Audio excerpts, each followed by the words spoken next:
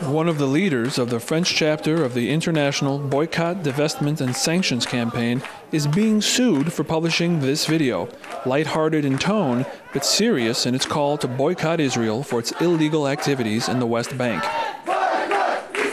To the defendant, it seems to be a clear case of exercising her right to freedom of speech, but the plaintiffs want the judges to declare that calling for any Israeli boycott is a provocative act that incites discrimination, hatred, and violence.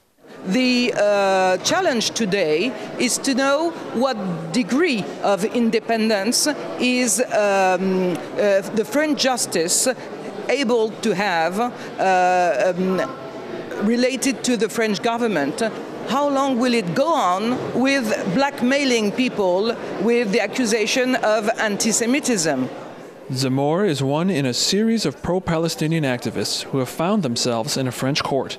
Most cases have been postponed while the constitutionality of the charges is considered by a higher court, but analysts say there could be a verdict rendered this time. The only boycott which is prosecuted is a boycott concerning Israeli products.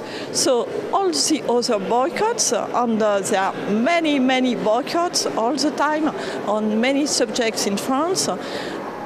Nobody says anything against those kind of boycotts. This gentleman is a survivor of Auschwitz and testified that Zemor is not an anti-Semite. That is slow-motion murder. And that's what happens daily in Palestine. And therefore I fully identify with the Palestinians who are suffering from exactly the thing I had to suffer.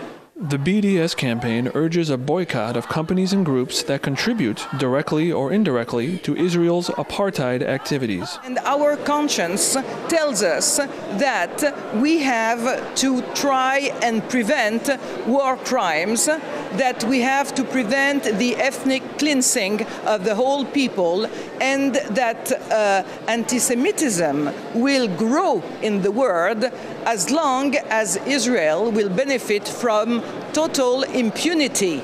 Their next major action is planned for July, when hundreds of activists will converge at Israel's Ben Gurion airport to force a showdown with the authorities. Supporters of Zemor contend that this trial has been motivated more by political considerations than by higher ideals, such as the need for free political discourse. While a conviction seems unlikely, given the many similar cases, protests against Israel will probably continue in one form or another.